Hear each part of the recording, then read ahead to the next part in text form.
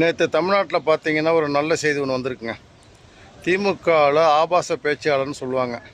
ஒரு கரும்பண்ணி மாதிரி இருப்பான், சிவாஜி கிருஷ்ணமூர்த்திங்கிறான். அவன் பேசுகிறதெல்லாம் பார்த்தா காது கொடுத்து கேட்க முடியாது. நல்ல குடும்பத்தில் பிறந்தவங்க அவனை யாருமே அவன் பேச்சை கேட்க மாட்டாங்க. என்ன, இந்த கைவாளித்தனமாக உள்ள குடும்பம் மட்டும்தான் அவன் பேச்சை கேட்கும். அவனுக்கு இப்போ நீதிமன்றம் 3 வருஷம் சிறை தண்டனை கொடுத்துருக்கு. அவனுக்கு நீதிமன்றம் கொடுத்த தண்டனை பத்தாது. அவனுக்கு வாழ்நாள் சிறை வைக்கணும். இல்லைன்னா அவன் நாக்க அறுத்து விடணும். அது செஞ்சிங்கன்னா நல்லது. ஏன்னு வச்சிங்களேன், மீண்டும் மீண்டும் அவன் அப்படி தான் ஆபாசமாக பேசிகிட்டு இருப்பான். அவன் பிறப்புலேருந்து அப்படி தான், புரியுதுங்களா? அதை என்னன்னா அதை இந்த கட்சி நிர்வாகம் அவனை கண்டிக்கிறது இல்லை, புரியுதுங்களா? இப்போ ஒரு வீட்டில் ஒரு சின்ன குழந்தை இருக்குன்னா ஏதோ ஒரு பொருள் எடுத்து வாயில் வைக்கக்கூடாதுன்னு சொல்லக்கூடாது. நான் தடுக்கணும். நம்ம அதை தடுக்க மாட்டாங்க.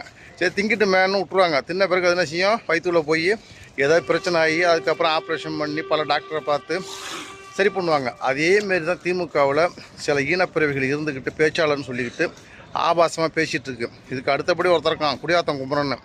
அவன் வீட்டை விட்டு வெளில வர மாட்டான். வீட்டுள்ள இருந்துக்கிட்டு வீடியோ போட்டுக்கிட்டு பேசிகிட்டு இருப்பான்.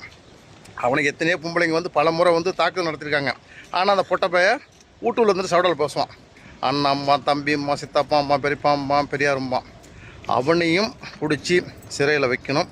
அரசே இந்த தண்டனை பத்தாது. அவனுக்கு வாழ்நாள் சிறை கொடுத்தா நல்லாயிருக்கும். திமுகவில் இந்தமாரி மக்களை இழிவுபடுத்தி பேசக்கூடியவனை அந்த கட்சி நிர்வாகம் கண்டிக்கிறது கிடையாது, சரிங்களா? அதனால தான் இதுமாரி தவறு நடந்துக்கிட்டு இருக்குது.